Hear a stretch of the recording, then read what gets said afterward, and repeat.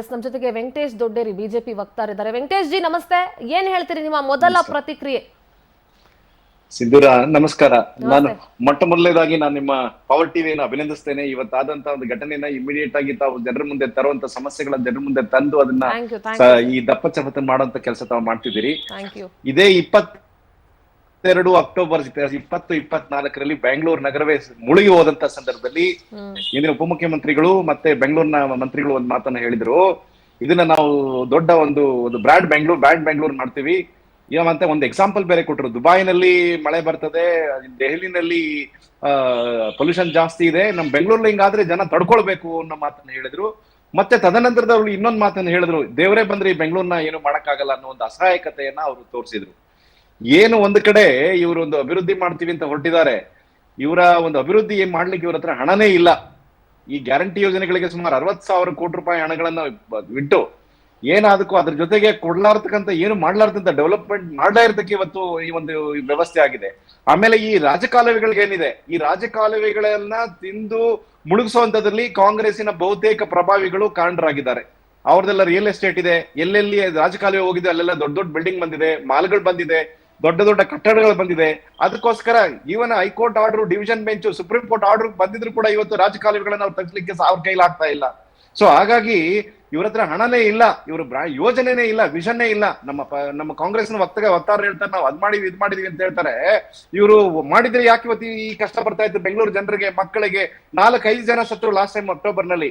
ಇವತ್ತು ಇಷ್ಟು ಸಾರಿ ನಾನು ಇಂಟರಪ್ಟ್ ಮಾಡ್ತಾ ಇದ್ದೀನಿ. ಈಗ ನಿಮ್ಮ ಸರ್ಕಾರ ಇದ್ದಾಗ್ಲೂ ಒಂದಷ್ಟು ಕೆಲಸ ಮಾಡಿದಿರಿ, ಕಾಂಗ್ರೆಸ್ ಸರ್ಕಾರನು ಒಂದಷ್ಟು ಮಾಡಿರಬಹುದು, ಮಾಡೇ ಇಲ್ಲ ಅಂತ ನಾನು 100% ಅದನ್ನ ತೆಗೆದು ಹಾಕ್ತಾ ಇಲ್ಲ. ಮಾಡಿದ್ರೆ 2 ವರ್ಷಗಳಲ್ಲಿ ಒಂದು ಕಿಲೋಮೀಟರ್ ರೋಡ್ ಹಾಕಿದ್ರೆ ಹೇಳಿ, ಎಲ್ಲಾದ್ರೂ 100 ಕೋಟಿ ರೂಪಾಯಿ ಡೆವಲಪ್ಮೆಂಟ್ ಆಗಿದ್ರೆ ಹೇಳಿ ವಕ್ತಾರರು, ಇಂತ ಕಡೆ ಮಾಡಿದೀವಿ ಅಂತ ಹೇಳಿ, ಎಷ್ಟು ಹಣ ತೆಗೆದು ಖರ್ಚು ಮಾಡಿದಾರ ಅಂತ ಹೇಳಿ. ಅವ್ರ ಬ್ರಾಂಡ್ ಅಂಬಾಸಿಡರ್ ಅಂತ ಊರ್ ಸುತ್ತ ತಿರ್ಕೊಂಡ್ ಬರ್ತಾರಲ್ಲ, ಅವ್ರು ಹೇಳಿ ಏನ್ ಮಾಡಿದೀವಿ ಅಂತ. ಹಾಗಿದ್ರೆ ಇವತ್ತು ಇವರ ರಸ್ತೆಗಳೆಲ್ಲ ಯಾಕೆ ಹಂಗಾಗ್ತಿತ್ತು, ಬೆಂಗಳೂರು ಯಾಕೆ ಮುಳುಗೋಗ್ತಿತ್ತು, ಇಡೀ ರಾಷ್ಟ್ರ ಮಟ್ಟದಲ್ಲಿ ನಮ್ಮ ಮಾನ ಮರ್ಯಾದೆ ಹೋಗ್ತಾ ಇದೆ. ಇವತ್ತು ಸಿಲಿಕಾನ್ ವ್ಯಾಲಿ ಬೆಂಗಳೂರು ಅಂತ ಹೇಳ್ಕೊಂಡ್ರ ಜನ ಇವತ್ತು ಅವರ ಒಂದು ಸಾಮಾಜಿಕ ಜಾಲತಾಣಗಳಲ್ಲಿ, ಸುದ್ದಿ ಮಾಧ್ಯಮಗಳಲ್ಲಿ, ನ್ಯಾಷನಲ್ ಮೀಡಿಯಾದಲ್ಲಿ ಇವತ್ತು ಅವಮಾನ ಆಗ್ತಿದೆ. ಏನು ಆಗ್ತಾ ಇಲ್ಲ ಇಲ್ಲಿ. ಇವರು ಮುಖ್ಯಮಂತ್ರಿ ಆಗ್ಬೇಕು, ಉಪಮುಖ್ಯಮಂತ್ರಿ ಆಗ್ಬೇಕು, ಅವ್ರು ನಿಲ್ಲಿಸ್ಬೇಕು ಅಂತ ಈ ಒಂದು ಅಧಿಕಾರದ ಹಣಾಹಣಿನಲ್ಲಿ ಈ ಒಂದು ಅಭಿವೃದ್ಧಿ, ಬೆಂಗಳೂರು ಅಭಿವೃದ್ಧಿ ಏನು ಆಗ್ತಾ ಇಲ್ಲ. ಇವ್ರ ಕೈಲಿ ಏನು ಮಾಡಕ್ ಆಗ್ತಿಲ್ಲ.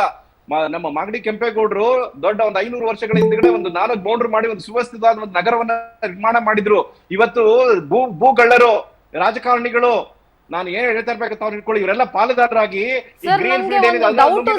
ನನ್ಗೊಂದು ಡೌಟ್ ಸರ್, ಒಂದು ಪ್ರಶ್ನೆ ಸರ್. ಈಗ ರೋಡ್ ಟ್ಯಾಕ್ಸ್ ಜಾಸ್ತಿ ಮಾಡಿದ್ರು, ಅದಕ್ಕೆ ದುಡ್ಡು ಏನ್ ಮಾಡ್ತಾರೆ? ರೋಡ್ ಟ್ಯಾಕ್ಸ್ ಮಾಡಿದ್ರು. ಇವತ್ತು ಕಸ ಹಾಕ್ಲಿಕ್ಕೆ ಅವ್ರು ಹೇಳಿದ್ರಲ್ಲ, 2 ಯೂನಿಟ್ ಮಾಡ್ಬಿಟ್ಟಿದ್ದಾರೆ. ಕಸ ಹಾಕ್ಲಿಕ್ಕೆ ಇವತ್ತು ಸ್ಕ್ವೇರ್ ಫೀಟ್ ಮೇಲೆ ಅವ್ರು ಹಣ ಚಾರ್ಜ್ ಮಾಡ್ತಿದ್ದಾರೆ. ಸಿದ್ದೂರ ಅವರೇ ದಯವಿಟ್ಟು ಹೇಳಿ, ತಾವು ಒಂದು ಗೃಹಿಣಿ ಆಗಿದ್ದೀರಿ, ತಾವು ಒಂದು ಪತ್ರಕರ್ತರಾಗಿದ್ದೀರಿ, ಸಾಮಾಜಿಕ ಬದ್ಧತೆ ಇದೆ ನಿಮ್ಗೆ. ಒಂದು ಮನೆಗೆ ಸ್ಕ್ವೇರ್ ಫೀಟ್ 1200 ಸ್ಕ್ವೇರ್ ಫೀಟ್ ಇರೋ ಮನೆಯವರು ಅದರ ಆಧಾರದ ಮೇಲೆ ಇವತ್ತು ಕಸ ಟ್ಯಾಕ್ಸ್ ಕಟ್ಟಬೇಕಾದಂತ ಅನಿವಾರ್ಯತೆ ಈ ನನ್ನದೊಂದು ಪ್ರಶ್ನೆ ಇದೆ ಸರ್. ನಾವು ಸರಿಯಾಗಿ ಹೇಳಿದಿರಿ. ಈ ಜನರ ಬೆಲೆ ಏರಿಕೆಯನ್ನ ಈ ವರುಣ ಕರ್ಣೀರನ ಮೂಲಕ ಇವತ್ತು ತರಿಸ್ತಾ ಇದ್ದೇನೆ ಅಂತ ಹೇಳಿದಿರಿ.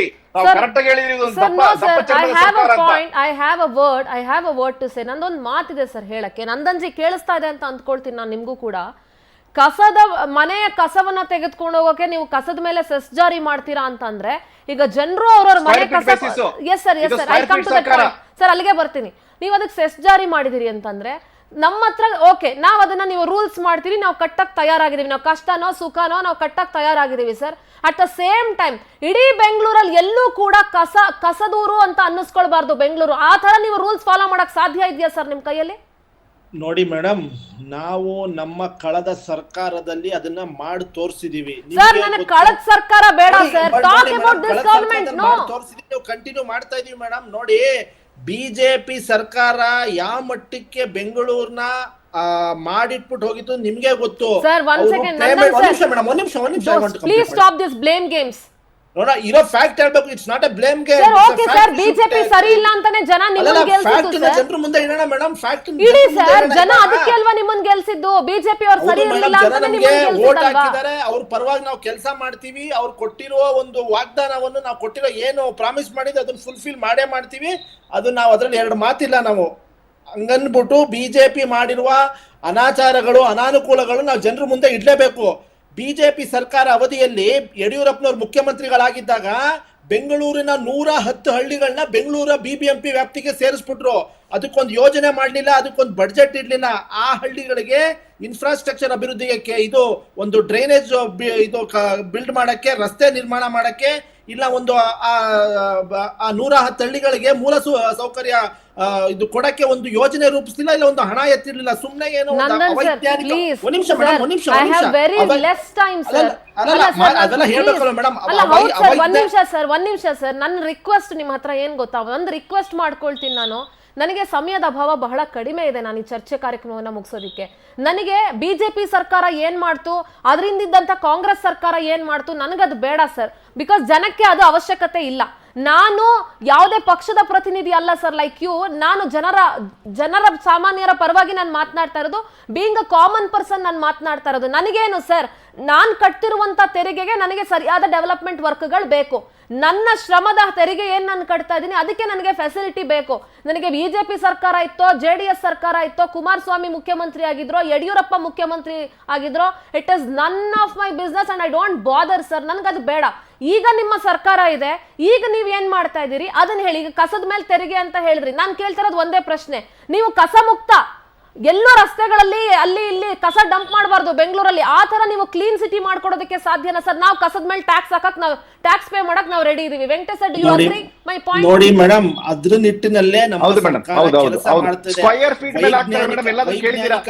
ಕಸವನ್ನು ವಿಲೇವಾರಿ ಮಾಡಿ ಅದನ್ನ ಕ್ಲೀನ್ ರೀಸೈಕಲ್ ಮಾಡಿ ಅದರಿಂದ ಎನರ್ಜಿ ವೇಸ್ಟ್ ಎನರ್ಜಿ ಯೋಜನೆ ರೂಪಿಸಿ ಜನರಿಗೆ ಪರ್ಮನೆಂಟ್ ಸೊಲ್ಯೂಷನ್ ಕೊಡಕ್ಕೆ ನಾವು ಆ ನಿಟ್ಟಿನಲ್ಲಿ ಕೆಲಸ ಮಾಡ್ತಿದೆ. ಇದು ಕಾಂಗ್ರೆಸ್ ಸರ್ಕಾರ ಸರ್. ಇನ್ನೊಂದು ನಾನು ಇಬ್ರಿಗೂ ಹೇಳ್ತೀನಿ, DK ಶಿವಕುಮಾರ್ ಮಾಡ್ತಿರುವ ಕೆಲಸ ಸರ್. ನಾನು ಇಬ್ರಿಗೂ ಹೇಳ್ತೀನಿ, ಇಡೀ ಇದು ಬಿಜೆಪಿ ಅವ್ರ ಕಾಲದಲ್ಲಿ ಆಗಿರ್ತಕ್ಕಂಥದ್ದು. Venkatesh BJP, be it Congress, be it JDS, ಯಾವ ಸರ್ಕಾರಗಳು ಕೂಡ ಬೆಂಗಳೂರನ್ನ ರಸ್ತೆ ಗುಂಡಿ ಮುಕ್ತ ಊರು ಮಾಡ್ಲಿಕ್ಕೆ ಸಾಧ್ಯ ಆಗಲೇ ಇಲ್ಲ. ಇದನ್ನ ಎಲ್ಲಾ ಸರ್ಕಾರಗಳು ಒಪ್ಕೊಳ್ಳೇಬೇಕು ಅಂತ ನಾನು ಆಗ್ರಹಿಸ್ತೀನಿ ಸರ್. ಯಾಕೆಂದ್ರೆ ಜನಸಾಮಾನ್ಯರಿಗೆ ಗೊತ್ತಿದೆ ನಾವ್ ಏನ್ ಫೇಸ್ ಮಾಡ್ತಿದೀವಿ ರೋಡಲ್ಲಿ ಇವತ್ತು ಅಂತ ಹೇಳಿ. ಒಂದು ಚರಂಡಿ ವ್ಯವಸ್ಥೆ ಸರಿ ಇಲ್ಲ. ಯಾರು ಸರ್ ಅವೈಜ್ಞಾನಿಕ ಕಾಮಗಾರಿಗಳಿಗೆ ಪರ್ಮಿಷನ್ ಕೊಡೋರು? ಯಾರು ಸರ್? ಯಾವುದೇ ಸರ್ಕಾರ ಬಂದಿರ್ಲಿ, ಇವತ್ತು ಕಾಂಗ್ರೆಸ್ ಸರ್ಕಾರ ಇದೆ ಅಂತ ನಾನು I not blaming Congress government, ಯಾವುದೇ ಗವರ್ನಮೆಂಟ್ ಆಗಿರಲಿ, ಅವೈಜ್ಞಾನಿಕ ಕಾಮಗಾರಿಗಳಿಗೆ ಯಾರು ಸರ್ ಪರ್ಮಿಷನ್ ಕೊಡೋದು? ಸಿಂಧೂರ್ ಅವರೇ, ಕಳ್ಳರು ಎಲ್ಲಿದ್ರು ಕಳ್ಳರೆ, ಭೂಗಳ್ಳರು ಇವ್ರ ಜೊತೆ ಶಾಮೀಲಾಗಿ, ಈ ಆಡಳಿತದ ವ್ಯವಸ್ಥೆಯಲ್ಲಿ ಶಾಮೀಲಾಗಿ, ಈ ರಾಜಕಾಲುವೆಗಳನ್ನು ಮುಚ್ಚಿದ್ದಂಥದ್ದು, ನೀರಿರ್ತಕ್ಕಂಥ ಜಾಗಗಳನ್ನ ಕಂಡುಹಿಡಿದು ಇವತ್ತಿನ ಈ ಸ್ಥಿತಿಗೆ ಅಧ್ವಾನ ಕಾರಣ ಆಗಿದೆ. ಇದೇ ನಮ್ಮ ಉಪಮುಖ್ಯಮಂತ್ರಿಗಳು ಹೇಳಿದ್ರು, 16,000 ಗುಂಡಿಗಳನ್ನು ಬೆಂಗಳೂರಿನಲ್ಲಿ ಒಂದು 6 ತಿಂಗಳಲ್ಲಿ ಮುಚ್ಚಿಸ್ತೀನಿ ಅಂತ ಹೇಳಿ BBMPಗೆ ಡೆಡ್ ಲೈನ್ ಕೊಟ್ರು. ಅದು ಕೊನೆಗೆ ಆ ಇಶ್ಯೂ ಮರ್ತೇ ಹೋಯ್ತು. ಇವಾಗ ಅಕ್ಟೋಬರ್ ಅಲ್ಲಿ ಹೇಳಿದ್ರು ನಾನ್ ಮತ್ತೆ ಇದನ್ನ ಮಾಡ್ತೀನಿ ಅಂತ, ಏನು ಮಾಡ್ಲಿಲ್ಲ. ಲಾಸ್ಟ್ ಅಕ್ಟೋಬರ್ ಇದುವರೆಗೂ ಸರ್ಕಾರ ಏನ್ ಮಾಡ್ತಾ ಇದೆ? ಬಿಜೆಪಿ ಸರ್ಕಾರದಲ್ಲಿ ಆದಷ್ಟು ಅಭಿವೃದ್ಧಿ ಆಗಿಲ್ಲ ಅಂತ ಅವ್ರಿಗೆ ಗೊತ್ತಿರ್ಲಿ, ಆಯ್ತು ಪರವಾಗಿಲ್ಲ, ಕಾಂಗ್ರೆಸ್ ನವರೇ ಮಾಡ್ಲಿ. ಏನ್ ಮಾಡ್ತಿದ್ದಾರೆ ಅವರು? 2 ವರ್ಷದಿಂದ ಅವ್ರ ಪ್ರಗತಿ ಏನು, ಹಣ ಏನ್ ಮಾಡಿದಾರೆ ಅವರು? ಅವ್ರ ಹತ್ರ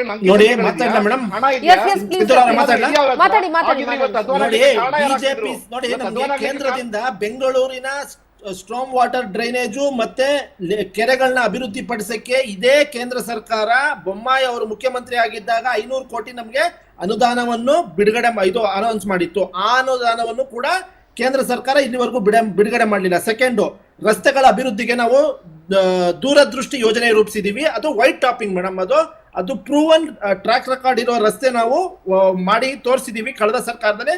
ಅದನ್ನ ಕಂಟಿನ್ಯೂ ಮಾಡ್ಕೊಂಡು ಹೋಗ್ತಾ ಇದೀವಿ. 300 ಕಿಲೋಮೀಟರ್ ಬೆಂಗಳೂರಿನ ಸುತ್ತ ಇದು CBD ಕೋರ್ ಬಿಸ್ನೆಸ್ ಏರಿಯಾ ಮತ್ತೆ ಔಟ್ಸ್ಕರ್ಟ್ಸ್ ಅಲ್ಲಿ ನಾವು 300 ಕಿಲೋಮೀಟರ್ ವೈಟ್ ಟಾಪಿಂಗ್ ರೋಡ್ಗಳನ್ನ ಅಭಿವೃದ್ಧಿ ಮಾಡ್ತೀವಿ.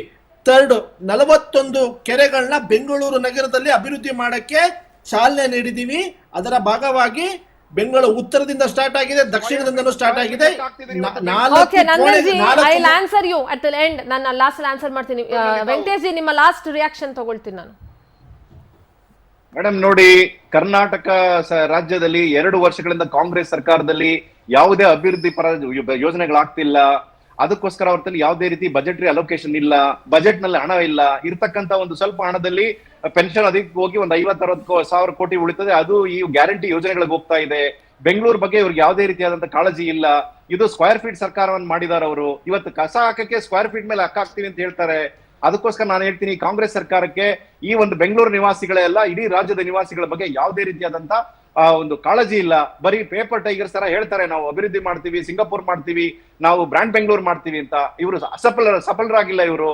ಅದಕ್ಕೋಸ್ಕರ ನಾನು ಹೇಳ್ತೀನಿ, ಒತ್ತಾಯ ಮಾಡ್ತೀನಿ, ದಯವಿಟ್ಟು ಈ ಏನು ತಾವು ಬೆಲೆ ಏರಿಕೆ ಮಾಡಿದಿರಿ, ಹಾಲಿಂದ 4 ರೂಪಾಯಿ ಮಾಡಿದಿರಿ, ಮೊಸರು ಮಾಡಿದಿರಿ, ಕಸದ ಕೆಲಸ ಹಾಕಿದಿರಿ, ಡೀಸೆಲ್ ಮಾಡಿದಿರಿ, ಆಮೇಲೆ ಬೆಲೆ ರೈತರ ಬಿತ್ತನೆ ಬೀಜಗಳಿಗೆ ಮಾಡಿದಿರಿ, ಮತ್ತೆ ಏನು ಬೇರೆ ಎಲ್ಲ ಏನೇನಕ್ಕೆ ನೀವು ಬೆಲೆಯನ್ನು ಹೆಚ್ಚಿದಿರಿ. ನಿಮ್ಗೆ ಏನಾದ್ರೂ ನಾಚಿಕೆ ಇದ್ರೆ ಈ ಸುಳ್ಳನ್ನ ಹೇಳಿ 138 ಸೀಟನ್ನ ತಗೊಂಡು ಇವತ್ತರ ಬೆಂಗಳೂರಿನ ದೇಶವನ್ನ ರಾಜ್ಯವನ್ನ ಈ ತರ ಮಾಡಿದ್ರಲ್ಲ, ನೀವು ಕ್ಷಮಾಪಣೆ ಕೇಳಿ. 7.5 ಕೋಟಿ ಜನಸಂಖ್ಯೆ ಕ್ಷಮಾಪಣೆ ಕೇಳಿ, ಆ ಬೆಲೆ ಏರಿಸಿದನ್ನ ಕಡಿಮೆ ಮಾಡಿ ಈ ಬೆಂಗಳೂರು ಅಭಿವೃದ್ಧಿಗೆ ತಾವು ಒಂದು ಒಂದು ಒಂದು ಜ್ಞಾನವನ್ನ ಕೊಟ್ಟು ಇದನ್ನ ಬೇರೆ ಅಭಿವೃದ್ಧಿ ಮಾಡುವಂತ ಅವಕಾಶ ಇವತ್ತು. ಓಕೆ ನಂದನ್ಜಿ ನಿಮ್ಮ ಲಾಸ್ಟ್ ರಿಯಾಕ್ಷನ್ ಹೊಂದಿಸಿ ಮಾಡುವಂತ ಕೆಲಸ ಮಾಡಿ ಅಂತ Okay. All right, sir. I want to continue. Yeah, please, sir. ಕೆರೆಗಳನ್ನ Sir, I ಅಭಿವೃದ್ಧಿ need- ಮಾಡಕ್ಕೆ ನಾವು ಯೋಜನೆ ರೂಪಿಸಿದೀವಿ. ಬಿಜೆಪಿ ಅವ್ರ ತರ ನಾವು ಅರ್ಧಂಬರ್ಧ ಮಾಡಿ ಒಂದು ದೂರದೃಷ್ಟಿ ಇಲ್ಲದೆ ಇವಾಗ ಅವ್ರ ಹೆಂಗೆ 110 ಹಳ್ಳಿಗಳನ್ನ BBMP Nandan sir, please, I have very less time. ನಾವು ಅದ್ರ ಬಗ್ಗೆನೂ ಸ್ವಲ್ಪ ಕೂಲಂಕುಷ ಮಾತಾಡ್ಬೇಕು ಮೇಡಮ್. ಅವ್ರು ಮಾಡಿರೋ ಅನಾನುಕೂಲ ಸರ್, ಅವ್ರು ಮಾಡಿರೋ ಅನಾನುಕೂಲದ ಬಗ್ಗೆ ಇನ್ನೊಂದು ಕಾರ್ಯಕ್ರಮದಲ್ಲಿ ಮಾತಾಡೋಣ ಸರ್. ಈಗ ಸದ್ಯ ನಿಮ್ಮ ಸರ್ಕಾರದ ಯೋಜನೆಗಳಿದೆ, ಅದನ್ನ ಹೇಳಿ ಸರ್. ನೀವೀಗ ನೆಕ್ಸ್ಟ್ ಮುಂಗಾರು ಶುರು ಆದ್ರೆ ನೀವೇನ್ ಕ್ರಮ ತಗೋತೀರಿ ಅದ್ರ ಬಗ್ಗೆ ಮಾತಾಡೋಣ ಸರ್. ಬಿಬಿಎಂಪಿ ಅವರು ಮತ್ತೆ ಡಿಸಾಸ್ಟರ್ ಮ್ಯಾನೇಜ್ಮೆಂಟ್ ಅವರು ಸರ್ವಸನ್ನದ್ಧರಾಗಿದ್ದಾರೆ. ಹೂಳು ಎಲ್ಲೆಲ್ಲಿ ತುಂಬಿದೆಯೋ ಅದನ್ನೆಲ್ಲ ಕ್ಲಿಯರ್ ಮಾಡಕ್ಕೆ ನಮ್ಮ ಉಪಮುಖ್ಯಮಂತ್ರಿಗಳು ಇವತ್ತು ಡೈರೆಕ್ಷನ್ ಕೊಟ್ಟಿದ್ದಾರೆ. 24/7 ಬಿಬಿಎಂಪಿ ಮತ್ತೆ ಡಿಸಾಸ್ಟರ್ ಮ್ಯಾನೇಜ್ಮೆಂಟ್ ಅವರು ಕೆಲಸ ಮಾಡಿ ಜನರಿಗೆ ಆಗುತ್ತಿರುವ ಏನಾರ ಸಣ್ಣ ಪುಟ್ಟ ತೊಂದರೆಗಳಿಗೆ ಅಲ್ಲೇ ಸರ್ವಸನ್ನದ್ಧರಾಗಿ ಇದು ಬಿಬಿಎಂಪಿ ಕಮಿಷನರ್ ಅವರು ಬಿಬಿಎಂಪಿ ಇದು ಸಿಬ್ಬಂದಿ ಇದು ಆನ್ ಸ್ಪಾಟ್ ಅಲ್ಲಿ ಹೋಗ್ಬಿಟ್ಟು ಕೆಲಸ ಮಾಡಿ ಜನರಿಗೆ ಇದು ಅನಾನುಕೂಲ ಆಗದಂತೆ ನೋಡಿಕೊಳ್ಳುವ ಜವಾಬ್ದಾರಿ ನಮ್ಮ ಬಿಬಿಎಂಪಿ ಅವರು ಜವಾಬ್ದಾರಿ ತಗೊಂಡಿದ್ದಾರೆ. ಅದ್ರ ನಿಟ್ಟಿನಲ್ಲಿ ನಮ್ಮ ಸರ್ಕಾರ ಮಾಡ್ತಾ ಇದೆ, ಅದ್ರಲ್ಲಿ 2 ಮಾತಿಲ್ಲ.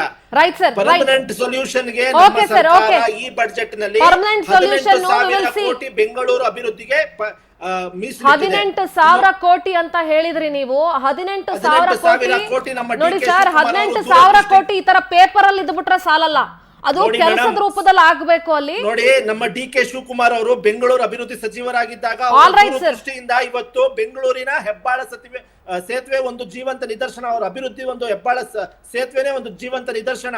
ಅವರು ಅವತ್ತು 99 ನಿಮಗೆ 18,000 ಕೋಟಿ ಮೀಸಲಿಡೋದು, ಒಂದು ಸೇತುವೆ ಮಾಡೋದು, ಇದೇ ನಿಮಗೆ ಒಂದು ಲೈಫ್ ಟೈಮ್ ಅಚೀವ್ಮೆಂಟ್ ಅಂತ ಅನ್ಸಿದ್ರೆ ಐ ಆಮ್ ವೆರಿ ಸಾರಿ. ಮಾಡಬೇಕು ಅಂತ ಪ್ರಾಮಿಸ್ ಮಾಡಿದೀವೋ ಅದು ಇನ್ನು 3 ವರ್ಷದಲ್ಲಿ ಮಾಡಿ ತೋರಿಸ್ತೀವಿ. ಕಾಂಗ್ರೆಸ್ ಸರ್ಕಾರ ರೈಟ್ ಸರ್, ಆಯ್ತು, ನೀವು 3 ವರ್ಷದಲ್ಲಿ ಮಾಡಿ ತೋರಿಸಿ. ಹಿಂದೆ ಮುಂದೆ ನೋಡಲ್ಲ ಮೇಡಮ್. ನೀವು 3 ವರ್ಷದಲ್ಲಿ ಮಾಡಿ ತೋರಿಸಿ, ಆ 3 ವರ್ಷದಷ್ಟೊತ್ತಿಗೆ ನೋಡೋಣ ಜನರ ಬದುಕು, ಜನರ ಪರಿಸ್ಥಿತಿ ಏನೇನಾಗಿರುತ್ತೆ ಅಂತ. But okay sir, Venkatesh sir, ನಮ್ ಲಾಸ್ಟ್ ಪಾಯಿಂಟ್ ಹೇಳ್ಬಿಡ್ತೀನಿ. ಒಂದು, ನಾವು ಕಸದ ಟ್ಯಾಕ್ಸ್ ಕಟ್ಟಬೇಕು ಅಂತ ಹೇಳ್ತಿದೀರಿ. ನಾವು ಕಸದ ಟ್ಯಾಕ್ಸ್ ಕಟ್ಟಕ್ ರೆಡಿ ಆಗಿದೀವಿ. ಬೆಂಗಳೂರಲ್ಲಿ ಎಲ್ಲೂ ಕೂಡ ಗಾರ್ಬೇಜ್ ಸಿಟಿ ಅನ್ನೋ ತರ ಬೆಂಗಳೂರು ಕಾಣಬಾರ್ದು. ಆ ತರ ಮಾಡೋದಕ್ಕೆ ನಿಮ್ಮ ಸರ್ಕಾರ ಮಾಡೋದಕ್ಕೆ ಸಾಧ್ಯ ಇದೆಯಾ? ಇದನ್ನ ಚಾಲೆಂಜ್ ಅಂತಾನೆ ಅಂದ್ಕೊಳ್ಳಿ. ಜೊತೆಗೆ ಇನ್ನು ಯಾವ್ಯಾವ್ದ್ರ ಬೆಲೆ ಏರಿಕೆ ಮಾಡಿದೀರಾ, ರೋಡ್ ಟ್ಯಾಕ್ಸ್ ಜಾಸ್ತಿ ಮಾಡಿದೀರಾ, ರೋಡ್ ಅನ್ನ ನೆಟ್ಟಿಗೆ ನ್ಯಾಯವಾಗಿ ಕ್ಲೀನ್ ಆಗಿ ಇಟ್ಕೊಳ್ಳಕ್ಕೆ ನಿಮ್ಮ ಬಿಬಿಎಂಪಿಗೆ ಯೋಗ್ಯತೆ ಇದೆನಾ, ಅದನ್ನು ನೀವೇ ಪ್ರಶ್ನೆ ಮಾಡ್ಕೊಳ್ಳಿ. BBMP and task force, disaster management force ಸರ್ವ ಸನ್ನದ್ಧ ಅಂತ ಹೇಳಿದ್ರೆ, ಪ್ರತಿ ಬಾರಿ ಮಳೆ ಬಂದಾಗ್ಲೂ ಕೂಡ ಅವ್ರು ಎಷ್ಟು ಸನ್ನದ್ಧರಾಗಿರ್ತಾರೆ. ಲೈಟ್ ಕಂಬ ಬಿದ್ದಾಗ ಎಷ್ಟೊತ್ತಿಗೆ ಬಂದವರು ಅದನ್ನು ಎತ್ತುತ್ತಾರೆ, ಮರನ ಎಷ್ಟೊತ್ತಿಗೆ ತೆರವುಗೊಳಿಸ್ತಾರೆ. ಇದೆಲ್ಲವೂ ಕೂಡ ನೀವ್ ಹೆಂಗ್ ಹೇಳಿದ್ರಲ್ಲ ಸರ್, ನಿಮ್ಮ DK ಶಿವಕುಮಾರ್ ಅವರ ಜೀವಂತ ನಿದರ್ಶನ ಅಂತ.